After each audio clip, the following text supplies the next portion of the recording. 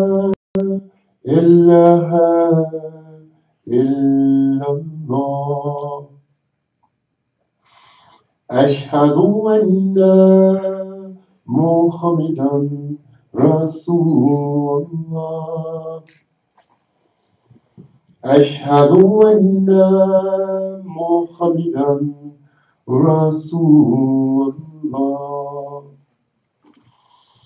حي على الصلاة حي على الصلاة حي على الفلاح حي على الفلاح الله أكبر الله أكبر لا إله إلا الله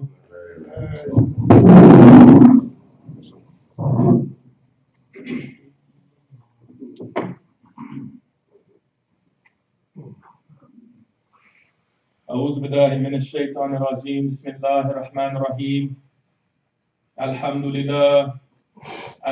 لله الذي قاد عباده إلى جنته فضلا وكرما بسلاسل الإيجاب أوجب علينا طاعته وما أوجب إلى جزيل الثواب والسلامة من العقاب أحمده تعالى وأشكره على نعمة الإيمان وما من به علينا من نواب العافية والإحسان وأشهد أن لا إله إلا الله وحده لا شريك له وأن محمدا رسول الله صلى الله عليه وسلم شهادة عبد منيب خاش أواه والصلاة والسلام على سيدنا ومولانا محمد وآله وصحابته من الأزل إلى الأبد أما بعد فيا أيها الناس اتقوا الله تعالى حق التقوى وراقبوه مراقبة من يعلم تعالى يسمع ويراه واعلموا أن خير الحديث كتاب الله وخير الهدى هدى محمد وشر الأمور محدثاتها وكل بدعة دلالة وكل دلالة في النار. We seek refuge in Allah from the rejected enemy Satan. All praise is due to Allah. After praising Allah, who is the creator of everything and the heavens and on earth, men and jinn, seen and unseen, we then send salutations and prayers and blessings to his beloved prophet, messenger, and slave servant, Muhammed Rasulullah sallallahu alaihi wasallam, and upon his family, his companions, and all the prophets and messengers of Allah. May Allah be well pleased with them. As always, we thank Allah for blessing us to be present today at this last Friday of 2018. There are many believers, many Muslims who had intentions on being here today who are not able to be here for whatever reason. There are many Muslims who were alive at the beginning of 2018 who are not into 2019. There are many believers who are alive today who will not see 2019, and you find it hard to believe that 2019 is around the corner. But death is happening right now. The angel of death is approaching his next target right now. So we have to say, Alhamdulillah, that Allah has spared us and given us respite. And his greatest mercy is guidance. And we say, Alhamdulillah, for the guidance to even acknowledge that we should be here today. Beauty is in the eye of the beholder is an old statement that is used often. But who is the beholder? Whose lens should we look at beauty through? If a car is driving down the street, a nice brand new BMW, we don't think about the car as much as we think about who's in the car. Whose car is that? That is a beautiful car. This body is the BMW. It is the Mercedes. But who is the person driving that car? Who's inside that car? That's the real beauty. The physical specimen of that car. That car can crash tomorrow and they'll have a brand new one through the insurance company in a couple of weeks. But the individual driving the car, controlling the car, and making that car do good or bad is what's most important. So as we enter 2019, we have to concern ourselves more with inward beauty than outward beauty. Of course, as Muslims, we know that we should dress our best. But again, as I always say, Islam is a religion based on intentions. So if you're putting on your best to impress other people, then that's all you're going to get out of it. But if you're putting on your best to represent Allah and His religion and your Prophet, sallallahu alaihi wasallam, then that is an act of worship. To take the time to put on your best, to come to His house, that's an act of worship. But if you dress up just to go to the store to be seen by men, that's not worship, that's vanity, which is the opposite of what Muslims should be practicing. But the three ways that Allah uses in the Quran and throughout history to motivate His creation is love, hope, and fear. And it has been said that the Jews got the fear. They had harsh laws and rules and regulations with them. Everything was harsh. 40 days and 40 nights. Everything was difficult for them. The Christians, they got the hope. Everything was through the hope of mercy from Allah. Hope and mercy is they're the same thing. But the Muslims, we got the love. Everything in Islam is based on love. Everything. The first way that Allah tries to motivate us is through love. The first thing He says is Bismillahir Rahmanir Rahim. Alhamdulillah Rabbil Alameen. Praise Himself. He praises. He instructs us to do the same. Alhamdulillah Rabbil Alameen. Rahmanir Rahim. Most gracious, most merciful. Everything is love in Islam. And then He goes to, if you can't love me, the weakest of faith is to fear me. To do it based on the fact that I don't want to go to hell. And that's still a way to be good. You have many people who live their entire lives avoiding hell. But if you're avoiding something, you're also running to something. You know, they say in self-defense, don't just run from the guy that's chasing you, run to something. Run to shelter, run to your weapon, run to some assistance. Don't just run from him. Have a game plan when you're running away. You're just running from Shaitan, but where are you running to? You're running to Allah. There's always a destination. That's why I say Ihdina Siratal Mustaqim is the first thing we ask for from Allah, a guidance. So when we're running from Shaitan, tell us where to go, Allah. Our God, our Master. Where do we go when we're running from the Shaitan? Islam is physical, it's tangible. It is a religion of law and rules. Everything in Islam is open. We openly pray. We openly read Quran. We openly do charity and do good deeds. We fast together. We perform Hajj, not in the secret, but in the open. Everything in the physical rule of Islam is something you can see. But when you transition to Imam and faith, these things are untouchable. I cannot tell you what is in your heart, nor can you tell me what's in mine. I can see you pray. I can see you do the actual exercise of physical salat. But the faith and sincerity is between the believer and his Lord. It's the unseen part of Islam. But the rules of Islam, they're all physical and tangible and touchable. But when you transition to the faith, the inward beauty that we're looking for, the sincerity in all of our actions, that's something different. And Ihsan is both. Ihsan is doing the physical act with the best of intentions. Never to be seen of men. Never to impress someone. Never because of peer pressure. I only do it to please Allah. And Rasulullah sallallahu alaihi wasallam said, the only actions of good that are accepted are the ones that are done for the sake of Allah. So two people can give the same amount of money in charity, and one is accepted and one is not. So we both gave $100. Why was his accepted and somebody else is not? Because it's all about the intention. You know, we use Cain and Abel. You know, Cain and Abel, one offered a sacrifice to Allah, and one was accepted and one wasn't. And we have to ask ourselves why, and that's where the first jealousy came in. And these are our forefathers. These are the people that came before us. So we know that we have these things in us, and we have to use Allah to fight Shaitan and fight the things that are in us that we're born with. We're born with certain things, with enemies that we have to use Allah to fight. And the biggest tool that the believer and the Muslim has is salat. This salat that we I think early on people take it serious, but over time salat is taken for granted. The magnitude and the benefit and the impact that salat can have on a believer, have on a Muslim, and their decision making. Now, if a person is capable of making salat and then going out and doing sin, shortly after that, between Zuhr and Asr, if a person can come to the masjid, pray their salat, and get up and go out there and do some things that they know is unseemly for a Muslim to do, then we have to question, what did they really do? Did they just exercise? Or did they really make salat? And salat origin of the word salat is silsila, which means connection.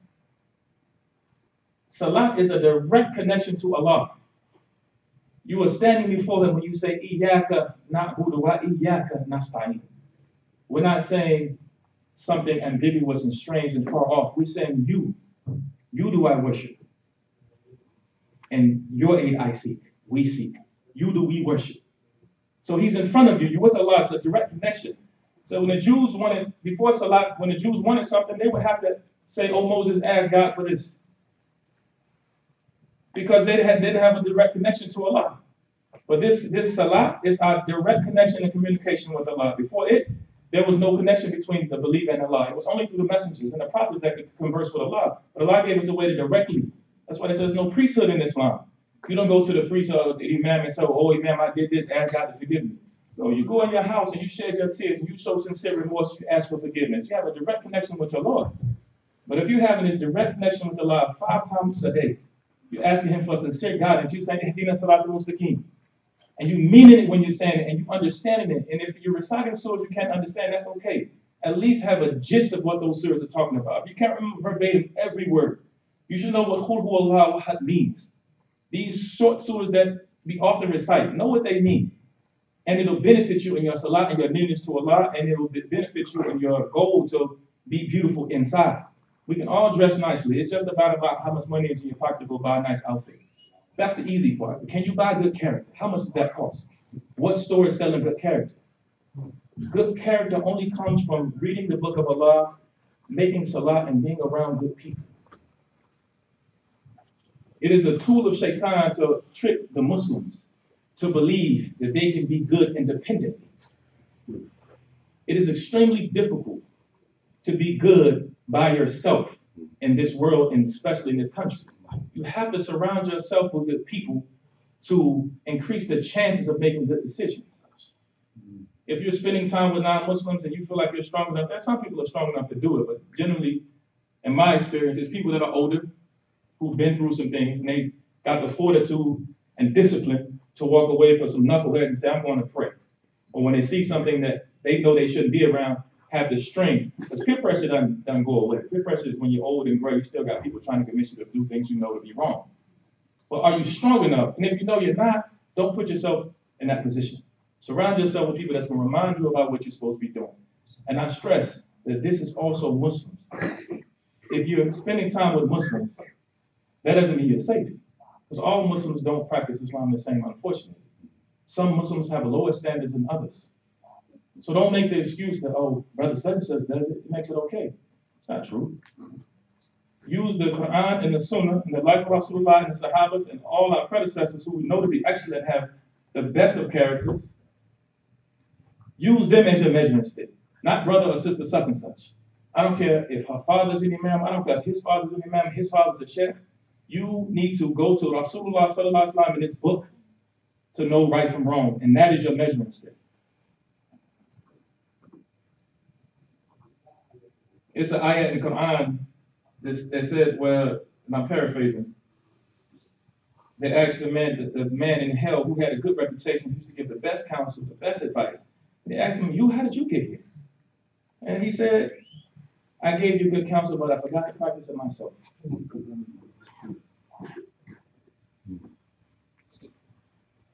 Allah protect us from being that person. It's important for us, so when we say something, especially with our children or the young people that's around us, to practice Islam. I would say yesterday for Isha, I got held up in the parking lot talking to a brother, and he was talking about how he can't get his children. He thought that just by being a good Muslim would be enough for his children to be a good Muslim. He said, I found Islam on my own as an adult, so I assumed that raising these children in an Islamic household with a Muslim wife would make them innately and naturally become Muslim.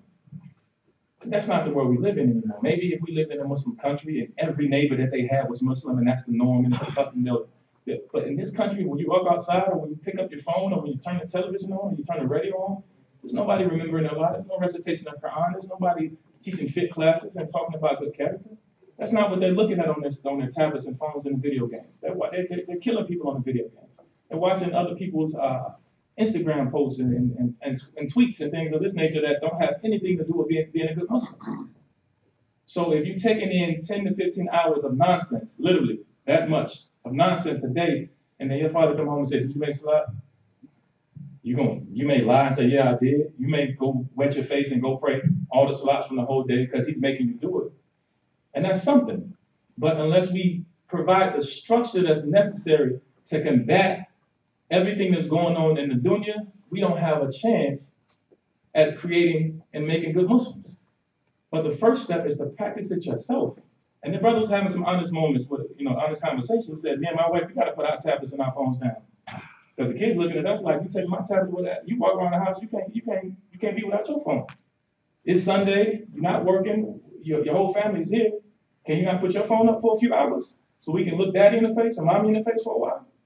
And we have to be honest with ourselves, and the children learn more from what they see than what you tell them. So if you tell them that you should put your phone away, if you tell them you should pray, if you tell them you should dress modestly. And on the note of dressing modestly, I want to say this because it's been said recently that modesty is a mindset. To put a kufi and a thobe on is easy. It's the same thing I say looking beautiful. To put a nice scarf on and a nice dress for a woman, that's easy. But if that woman is continuing to carry herself like someone who is not modest, then that she might as well take the scarf and the clothes off and just put on spandex and walk the streets. Because if that's the character that you're going to have, then it doesn't benefit you or Islam to cover. It doesn't benefit me to dress like a Muslim if I'm going to carry myself as something other than a Muslim.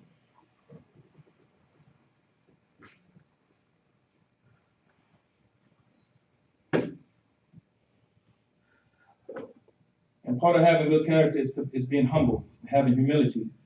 No matter how much money is in your pocket, no matter how much knowledge you have, worldly knowledge or religious knowledge, no matter how many wives you have, no matter how many children you have, that you have an understanding that everything is from Allah.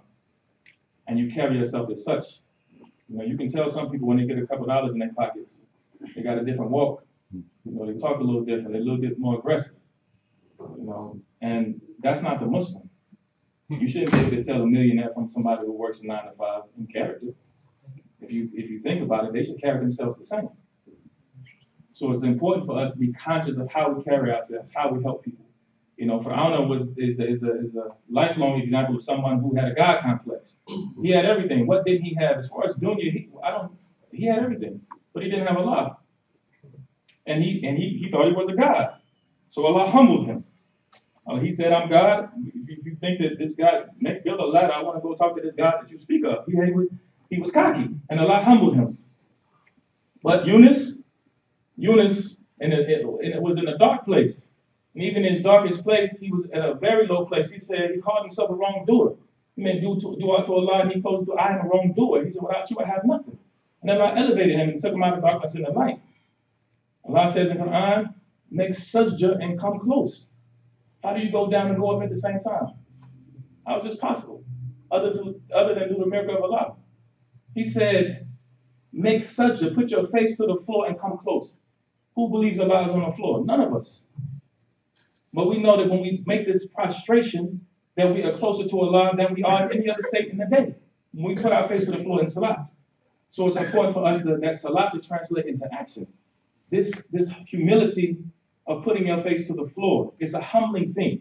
If you just think about the science of it and the psychological impact that it has, like what they do kings and things like that, you prostrate to the king to show that you are lower than him and he is higher than you. So no matter how much money you have in the bank, if you're a Muslim, you got to put your face to the floor just like the poor man. And during that time, it was a lot of classism, during the time of Rasulullah sallallahu alaihi wasallam. But Rasulullah wanted to be with the poor. He wanted to be with the humble people. He had no desire, because if he wanted it, Allah would have gave it to him. He didn't have any desire to be with the wealthy people. We were created for no other reason than to know Allah, to worship Allah, to be with Allah in all of our actions. But you have to ask yourself, how can you be with Allah or love Allah if you don't know Allah? So once you take your shahada, you think, "Oh, I've arrived, I'm Muslim." No. If you've been Muslim 40 years, it's not enough. Every day you should still be learning something more about your religion. If you learn one new fact about your religion every day and you pass away at 100, you still won't know everything about Islam. We have to continue to learn and study the book of Allah, study his prophets, sallallahu alaihi wasallam, study the companions of Rasulullah, and his wives and their family to know how to have good character.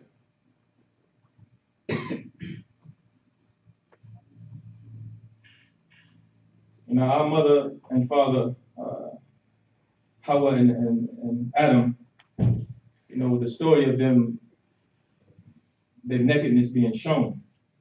But what we have to understand about our origin is that the original sin, the first sin that was created, the first sin that was done by our parents was ingratitude.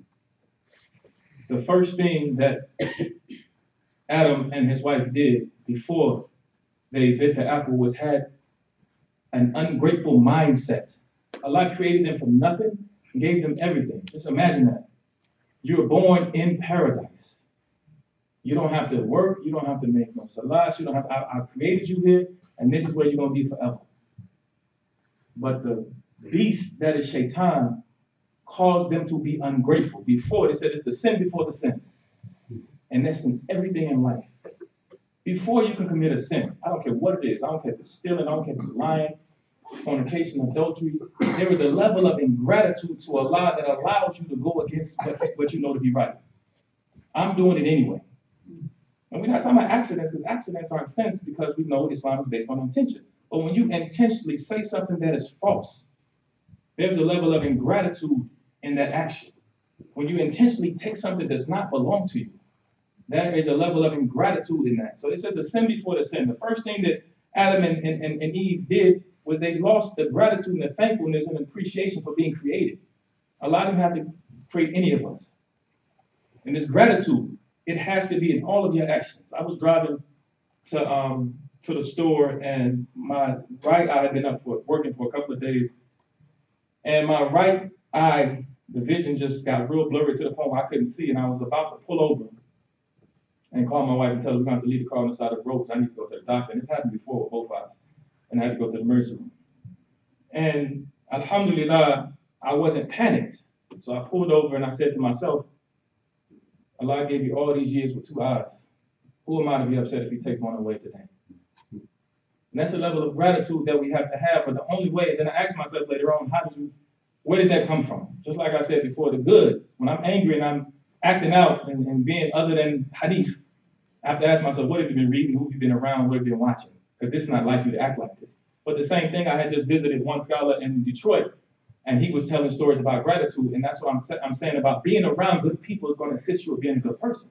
That little weekend I spent listening to lectures and stories about Rasulullah and his companions, how when they lost loved ones, they were grateful to Allah for however long they had them. If they took, he had 4 children, one of the companions, and Allah took one, and he said, Alhamdulillah, Allah, you took one child and left me 3. Now, to lose a child is a painful thing. Imagine that concept, to be appreciative of Allah for leaving the 3 behind. But that's how we're supposed to be, and that gratitude turns into action. How can I steal when Allah has fed me every day for my entire life? How can I steal? How can I go against Him? How can I intentionally miss a salat, knowing that Allah hates it? How do I do that knowing He's given me everything? He's given me healthy, beautiful children, given me parents. He's given me the biggest gift and the greatest gift, which is Islam. And we take it for granted. Ihdina Siratal Mustaqim is the first thing we ask for, and Allah gave it to us. And we have to hold on to it, not just in name and saying, I'm a Muslim. It's easy to say, oh, I'm a Muslim. I believe in Allah and I believe in His Prophet and I pray I'm good. No. Alhamdulillah, that's something. But who doesn't want to grow? Who doesn't want to be the best? And if we're not, we have to question our own Islam.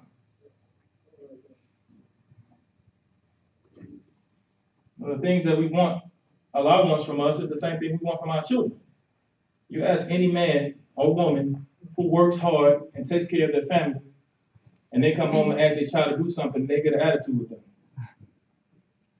Or they half do it. Does it not hurt? Does it not hurt to work 2 or 3 jobs and you ask your wife to make you some tea and she said, I'm tired, I don't feel like it? It does. It's ungrateful. The same thing that Allah wants from us is what we want from our loved ones, the ones we support, the ones we fight for, which are our children.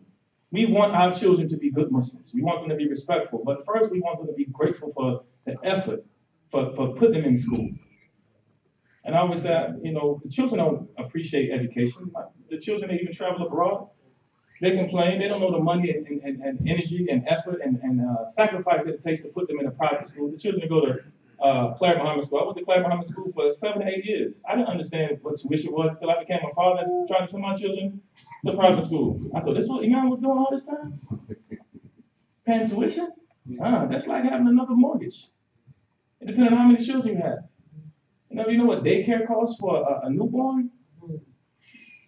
I had one coworker. He told his wife to quit her job and just keep the baby. Financially, they gave the numbers. It made more sense. But to stay home until the baby can go to preschool. These are the sacrifices that parents make for the children. For sure, they can never repay us for what we do for them, nor can we ever repay our parents for what they did for us. Nor can any creation repay Allah for giving us life. But man is in most things ungrateful. Allah says it in the Quran. Shaitan said, I will wait by the door of God for his servants. And the door of God is the door of gratefulness.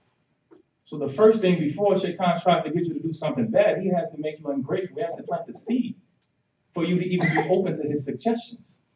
He doesn't come directly to you and say, oh, go do bad right after you make salat.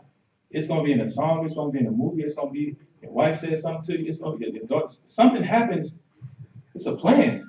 That's what he does. This is his full-time job, is to try to get you, and he's the best at it. He has a whole team of people that support him in his effort.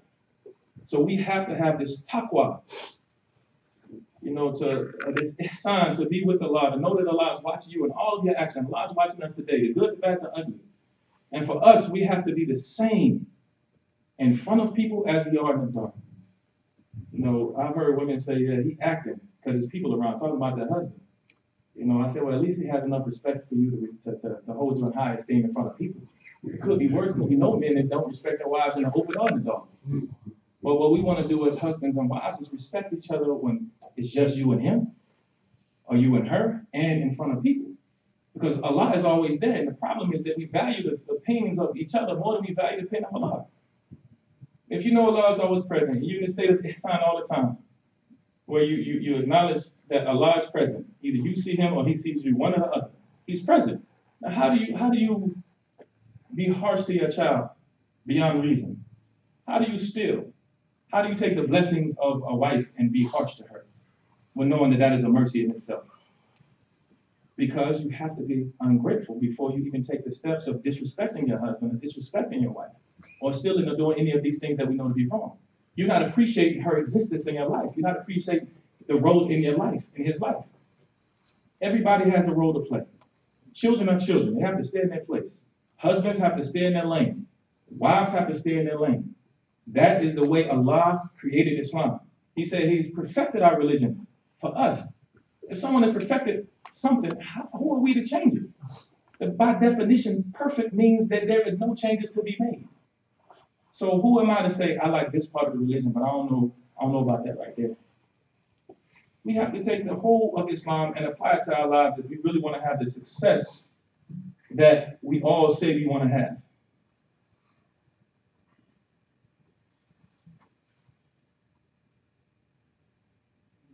We talked about Cain and Abel, and right after their mother and father committed their sin, and then the next major sin was, Cain slew Abel. But when you read the story, which I read a few weeks ago, it talks about how he pleaded with him and told him, look, if you do this, you're going to be cursed forever. And he said, I'm going to be good. I'm a victim. He told him just like that, if you kill me, I'm good. I'm not going to even fight you. I don't want nobody to say that I did anything but submit to Allah. But if you kill me, this is the consequence. It wasn't like, that was a lot of dialogue between the two before he said, I don't care. Jealousy, ingratitude. He was ungrateful to Allah. He didn't like the fact that his sacrifice wasn't accepted and his brothers was, so he killed him, knowing the consequences. It's the same thing when you read this book. Even if you read the book only in Ramadan, which we hope we read it more than that, you still see that Allah says, if you do bad, this is the consequence. But people still do bad as if they don't believe, but we have to have, that's that Imam I'm talking about. It's only from Allah. Only Allah knows if they truly believe. Because there's evidence of belief. You can't say you believe and then turn around and don't help your brother. You can't say I believe and then you won't make one salat on time, privately or in congregation. You can't say you believe and then you don't do anything to support your children or support your wives. It's action, it's evidence. It's like love. I said this 1,000 times. I said it to my children, I said it to my family all the time. If you love me, let that be evidence. Don't say it. It's a dangerous thing to say I love Allah. And this is like Allah says, do you think that you say I believe with that and that's the end of it? You're not going to be tested? No, we tested your predecessors, and if we think about it, we have to say alhamdulillah for being born in this era, because the way the Sahabas were tested was nothing like what we're tested with. The way they lost loved ones on a regular basis due to war or sickness and the things that we don't have to concern ourselves with. And they never wavered in their faith. We waver over the slightest little inconvenience. We waver over traffic. It's not the hardships that we're talking about, they're really not hardships. Everything is relative. The hardships that we deal with, the conveniences of this country. I recently did 2 months out the country, and I promise you, I came back a more grateful person for this country. Yeah, I'm not talking about the leadership. I'm just talking about the amenities and the conveniences that we have. It's something to be grateful for. And we have to use these resources for a tool for good, though. It's just like a hammer. You can kill with it, you can build with it. It's your decision. He said money is only good in the hands of good people. Take that same money, you could buy some alcohol, or you can take that same money and give it to the sick or the poor. So we have to use the resources and the things that Allah gives us to show our belief, to show our ability. It's good character. It's not going to happen just from making salat. But salat is a big tool that can be used to assist you with having good character. But the best way, and I've said this 1,000 times, and I'll continue to preach it to my family and myself, to spend time with good people. I know for me, it's been extremely helpful to spend time with people. You're always learning something. If you do something wrong, they'll tell you you're wrong. I was here at Fajr, I think Sunday, and the Imam was reading Quran, and one of the things he said was, woe to the day that everybody loves me. Just imagine that. If everybody likes you, if everybody loves you, don't think you're doing everything right. You're doing something wrong. Because it's unrealistic for everybody to like you. It's not a good thing that, everybody loves you. Then he is not being sincere in some of those arenas, in some of those interactions, some of those relationships. He's faking it here or he's faking it there. But you can't tell me that everybody loves you. Your boss, your co-workers, your friends, your associates, everybody. You have to ask yourself, all the time, you never have conflict? No, I don't ever have conflict. You're lying sometimes and telling people what they want to hear. Because, I said hard truths versus easy lies. That's Islam. That's brotherhood. That's sisterhood. That's being a good husband. That's being a good wife. That's being a good daughter. Hard truths versus easy lies. And people don't realize that hard truths don't have to be harsh. I don't have to tell you your breath stink in a negative way. I can put you to the side and just give you some mint, give you some gum. I don't have to tell you that, that dress, you talk to your wife, but that's not appropriate. You talk to your friend and say, if you want to gain a few pounds, that dress don't fit as loose as it used to, it's too tight, go to the master. That's a hard truth. But a lot of times, and we're all guilty of it as men, and then probably women too, you don't want the conflict, you don't want to hurt somebody's feelings, so you let them continue to be wrong. And that's not Islam, that's not brotherhood, that's not sisterhood. And that doesn't build good inward character. And we're looking to have inward people. And it takes a community to do that. And that's what I was telling the brother outside too. It takes a community to help these children be Muslims. But his response was the Muslim parents got to bring them around.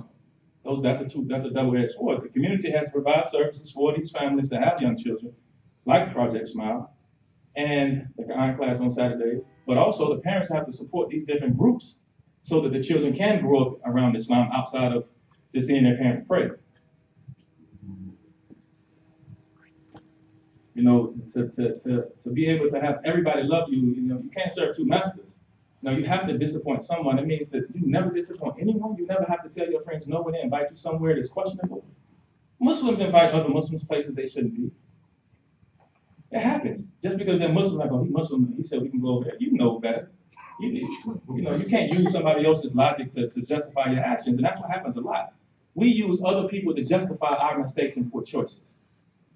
I was mad at you, that's why I did it. You lied to me, so I lied to you. That's not Islam. The only person you can control is yourself. I say this all the time. If you slap me, I have a decision to make. Oh, you slap me, I gotta slap you back. It's not true. You have a decision to make. I have to think about what mental state you're in, what you're dealing with. If you my brother or if you some guy on the street, I have to consider all those dynamics before we make a decision. If we too impulsive, I did it because you did this. No, you got like Cain and Abel. You are going to kill me. I'm blameless in this. And that's how we have to be. I'm not saying let somebody beat you, without defending yourself. What I'm saying is in every interaction, if you say something to hurt my feelings, the natural thing to do that Shaitan wants you to run with is I'm gonna say something twice as harsh to hurt your feelings. Now we're just throwing verbal jabs. We're not being productive. That's in the household. That's with brothers and sisters. That's with sisters and sisters. That's with mothers and daughters. You hurt my feelings. You questioned my parenting. You said my daughter such and such and such and such. Instead of taking the advice, I'm gonna throw back and say, when I was a kid, you did this, this, and this, and this. Now we're just going back and forth and hurting each other's feelings, and Shaitan is like, yeah, this is what I was looking for. That's exactly what he was looking for. I just scraped the censure between loved ones. That's all he wants. And we have to fight him with the tools that Allah gave us, which is each other, the Quran, the Sunnah of Rasulullah Sallallahu Alaihi Wasallam, and his house. Come around Muslims and you're bound to be a better Muslim. It's easy if people say, I want to be around like-minded people. To a degree, that's true. But I want to be around people who have a higher understanding than me, think higher than me, know more Quran than me, more hadiths than me, practice Islam better than me, that I'm more apt to be a better person every day from being around that person. So if you say, okay, I'm hanging around Muslims, mashallah, alhamdulillah, it's good you're hanging around Muslims, but these people aren't necessarily good Muslims. But you say they're Muslims, they have Muslim parents, so you say, oh, I'm comfortable spending time with these people. I'm safe. You're not safe. You're never safe. Shaitan is always working. He never gives up. In the salat, Shaitan is still working. And that's when you're having a direct connection with your Lord. He's still trying to come between you and him. So we have to be mindful of everything that's going on and everything that we do if we have any chance of having success. The story about the Shaitans, they come to him, Shaitan and all his employees, they come reporting to him, I did this today, I caused 2 countries to go to war, I caused the little boy to lie to his dad, I caused the boy to steal, and he keeps pushing him away, that's nothing, that's good, that's all right. And the one that says, I caused husband and wife to divorce today. And he says, you come sit right here. This is my man. You did good. Because we know the core of every society is family. So if you can separate a man from his wife, then you can separate nations. You can, because we know during the time of Rasulullah, that's how they were building nations. The king over here would marry his daughter to the king over here. Now the nations have a relationship. So if you take the foundation and the core of goodness and righteousness, which is the family, then we have nothing. This whole thing falls apart if we separate husbands and wives, mothers and fathers.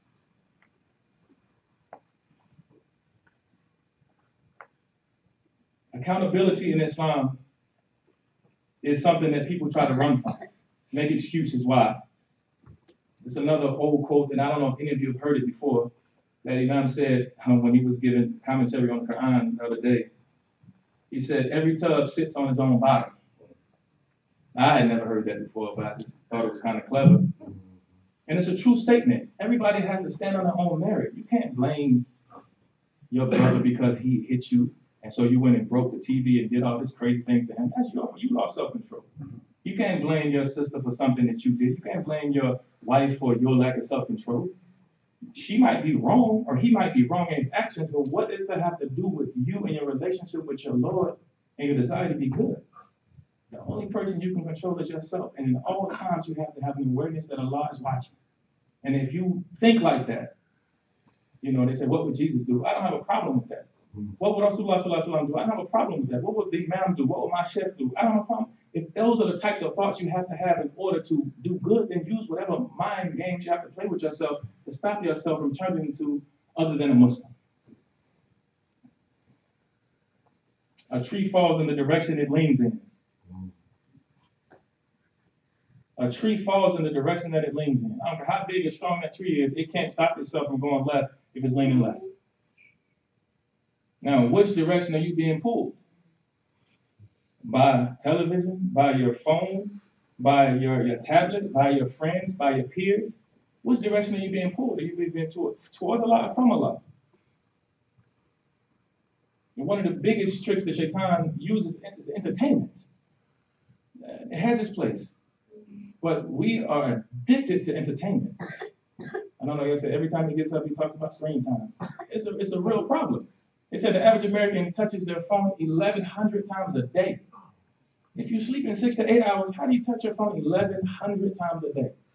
And these same people will not touch the book of Allah once in that same day. We're not, Shaitan is winning. If he convinces a man who believes in Allah and his messenger, sallallahu alaihi wasallam, to touch his phone 1,100 times a day and not touch the book of Allah in an entire day. Doesn't say any Quran outside of the Salat. Doesn't read any hadith outside of being at the masjid and hearing somebody else say it. But he touches his device 1,100 times a day. At some point we have to unplug, and if we want our children to unplug, we have to demonstrate that for them. We have to model those behaviors to let them know you don't need to be entertained all the time. My children often say, I'm bored. They don't say they're bored when they got their device in their hand. It's only when the time is up, you only get 2 hours a day. When those 2 hours is up, 10 minutes later, I'm bored. Go outside and play.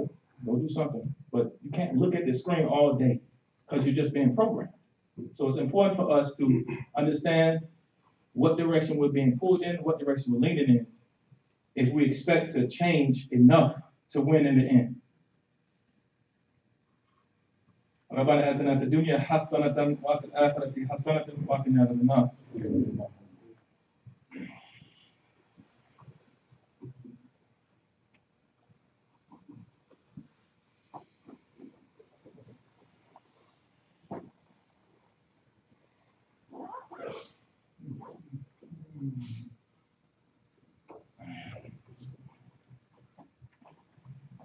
الحمد لله الذي أمرنا بالتقوى واتباع الوسيلة وحدنا على طلب الدرجة الرفيعة له الفضيلة. أمرنا أمرا بدأ بنفسه وثنى بملائكة قدسه وطلب بالمؤمنين من جنه وعنسه قال تشريفا لنبيه وتكريما إن الله وملائكته يصلون على النبي يا أيها الذين آمنوا صلوا عليه وسلموا تسليما. Allah has said in the Quran that He and His angels are sending salutations to Rasulullah sallallahu alaihi wasallam, and He is encouraging us to do the same. This is an easy act of worship that Muslims have to get better at, be more consistent with. Imam gave me a book that he bought recently. He's a reader, and I want to say that too. Reading.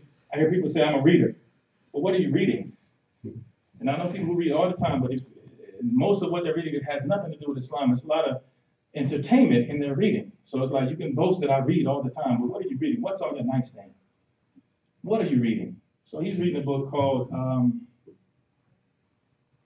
30 Ways to Get to Paradise. He bought it at a conference, but he finished it in a couple of days. I have it now, not that far into it. Alhamdulillah, it's still some good, even that concept of the effort. When you wake up, what's your purpose? One of the easiest ways to get to paradise is send salutations on Prophet Muhammed sallallahu alaihi wasallam. And we have, I stress, and you've heard all of this before, this is nothing new. Juma is a reminder. It should be a reminder. A lot of times you're not going to hear anything new in the khutbah. But I remind myself that sending salutations on Prophet Muhammad sallallahu alaihi wasallam, it benefits you more than it benefits him. Allah has given him everything. So he does not need our dua. Allah has made it incumbent upon us for the reason of elevating us, not elevating Rasulullah sallallahu alaihi wasallam. His position is solidified in history. It cannot change. It cannot undo what has been done.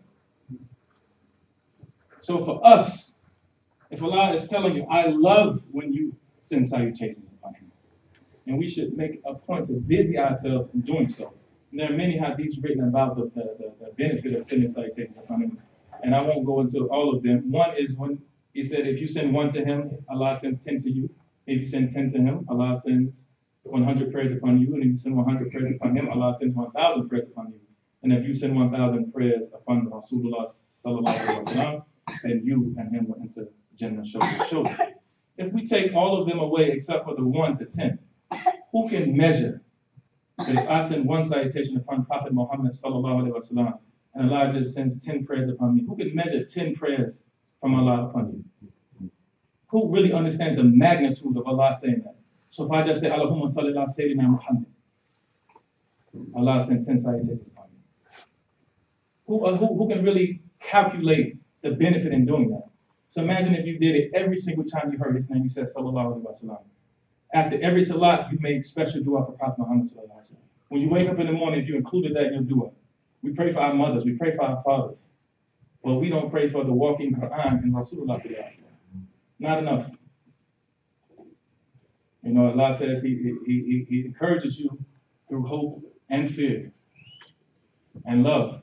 So Rasulullah sallallahu alaihi wasallam was ascending the pulpit and he stepped on the first stair and he said, Ameen. The second stair, he stopped and said, Ameen. The third step, he stopped and said, Ameen. And when it was over, he asked the companions, do you know what the meaning of these Ameens were? He said that the angel Jibril, may Allah be pleased with him, he came to him when he ascended the first step and he said, woe to those who, in the month of Ramadan, they don't do anything to get benefit from it. And Rasulullah sallallahu alaihi wasallam said, Ameen. And people translate, woe to be, cursed is the one who. He said, woe to those, on the second step, he said, woe to those who, when your name is mentioned, they don't send salutations upon you. And then and Rasulullah sallallahu alaihi wasallam said, Ameen. And on the last one, he said, woe to those who, and that they lived with their parents and they never did anything to benefit their parents. So for us, we don't want to be on that side of the hadith. We want to be more on the first one where Allah is sending prayers upon us. So may Allah make it easy for us to remember to send salutations upon Prophet Muhammad sallallahu alaihi wasallam. And I want to remind you, this is the last Sunday, not just of the month, of the year, 2018. And we will be going to the cemetery to visit those who preceded us in death. It's another thing that we can talk about all day, the benefit of praying for the people that went before you. It is something that's incumbent upon the Muslims not to forget those who came before them. And for sure, we benefited from a lot of the pioneers that helped this place even exist. So it's important for us not to forget those who went before us. We'll meet at 11:30 on Sunday, inshallah.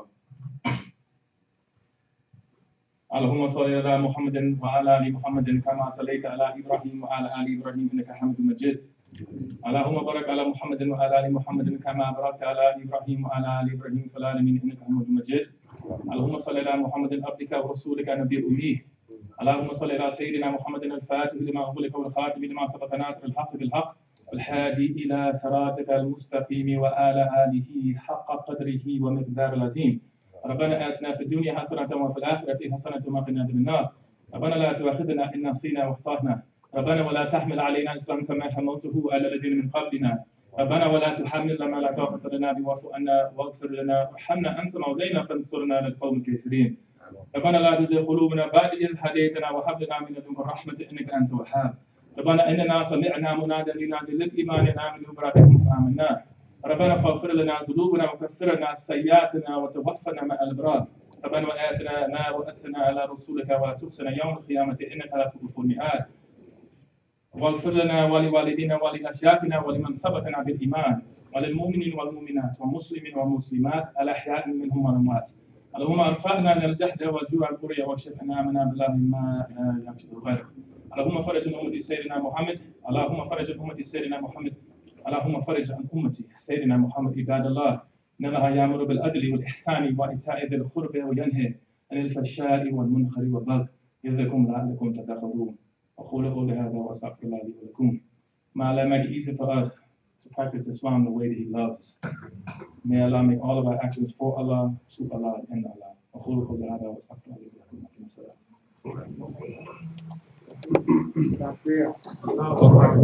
الله أكبر الله أكبر. أشهد أن لا إله إلا الله. أشهد أن محمدا رسول الله. حي على الصلاة حي على الفلاح. قد قامت الصلاة قد قامت الصلاة. الله أكبر الله أكبر. لا إله إلا الله.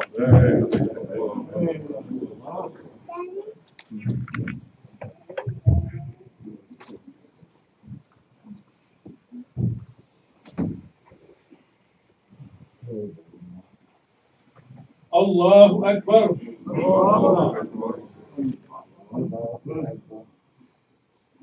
بسم الله الرحمن الرحيم. الحمد لله رب العالمين الرحمن الرحيم مالك يوم الدين إياك نعبد وإياك نستعين اهدنا الصراط المستقيم صراط الذين أنعمت عليهم غير المغضوب عليهم ولا الضالين.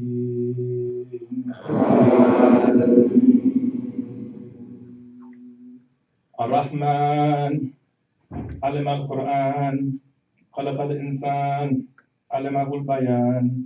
الشمس والقمر بحسبان والنجم والشجر يسجدان والسماء رفعها ووضع الميزان ألا تطغوا في الميزان وأقيم الوزن بالقسط ولا تخسر الميزان والأرض وضعها للأنام فيها فاكهة ونخل ذات الرحام والحب ذو الأصف والريحان فبأي آلاء ربكما تكذبان خلق الإنسان من صلصال كالفخار وخلق الجنة من مارج من نار فبأي آلاء ربكما تكذبان رب المشرقين ورب المغربين فبأي آلاء ربكما تكذبان مرج البحرين يلتقيان بينهما بركة لا يبغيان فبأي آلاء ربكما تكذبان يخرج منهما لؤلؤ ومرجان فبأي آلاء ربكما تكذبان وله الجوار المنشأة في البحر كالأعلام فبأي آلاء ربكما تكذبان كل من عليها فان ويبكي وجه ربك ذو الجلال والإكرام فبأي آلاء ربكما تكذبان. الله أكبر. الله أكبر.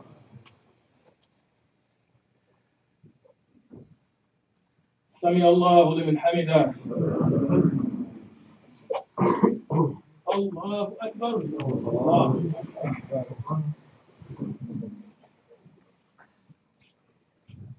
الله أكبر. الله أكبر.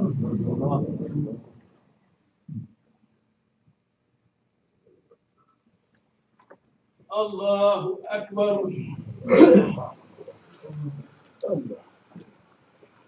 بسم الله الرحمن الرحيم الحمد لله رب العالمين الرحمن الرحيم مالك يوم الدين إياك نعبد وإياك نستعين اهدنا صراط المستقيم صراط الذين أنعمت عليهم غير المغضوب عليهم ولا الضالين.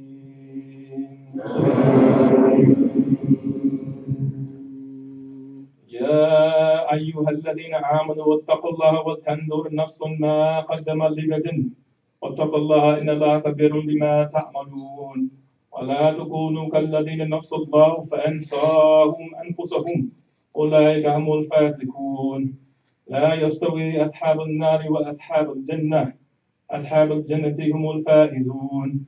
لو أنزلنا هذا القرآن على جبل رأيته خاشعا متصدعا من خشية الله وتلك الأمثال نضربها للناس لعلهم يتفكرون. هو الله الذي لا إله إلا هو عالم الغيب والشهادة هو الرحمن الرحيم. هو الله الذي لا إله إلا هو الملك القدوس السلام المؤمن المهيمن العزيز الجبار المتكبر سبحان الله عما يشركون. هو الله الخالق البارئ المصور له الأسماء الحسنى يسبح له ما في السماوات والأرض وهو العزيز الحكيم. الله أكبر.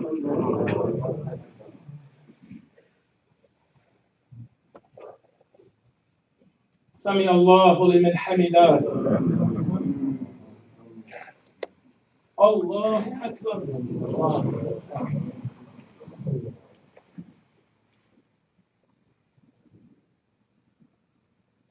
الله أكبر. الله أكبر.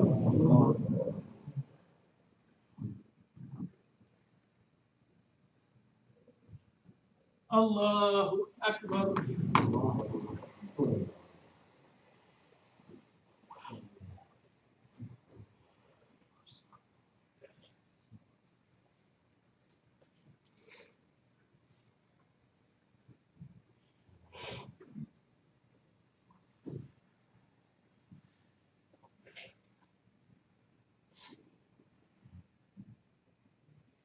السلام عليكم ورحمة الله. Assalamu alaikum wa rahmatullah.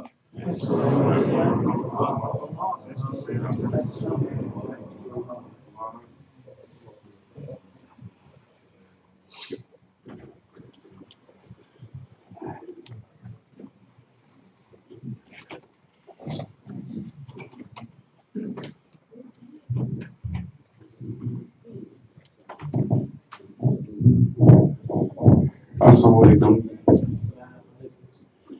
As the Imam mentioned, the community cemetery visit will be this Sunday. We'll be leaving from the match at 11:30, going to Salam Gardens.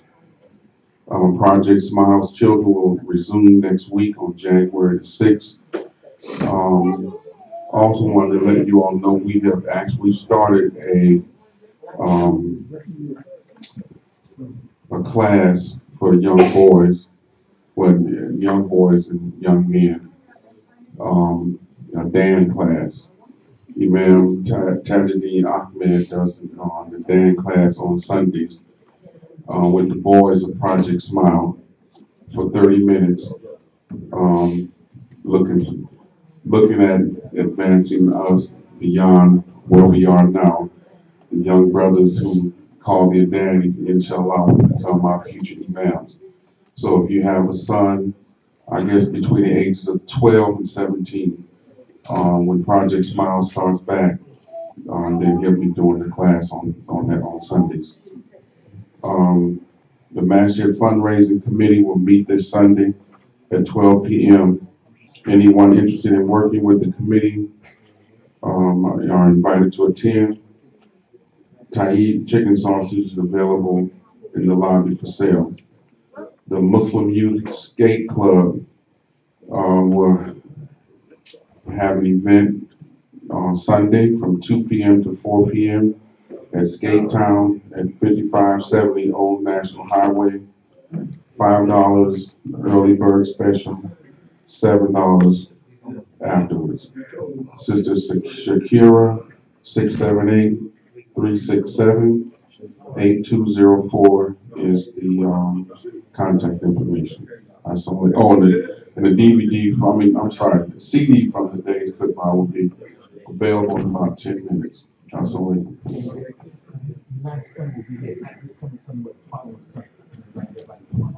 Okay. The first Sunday of January, the United Sunday will be here at Masjid al-Muslimin, 1 o'clock.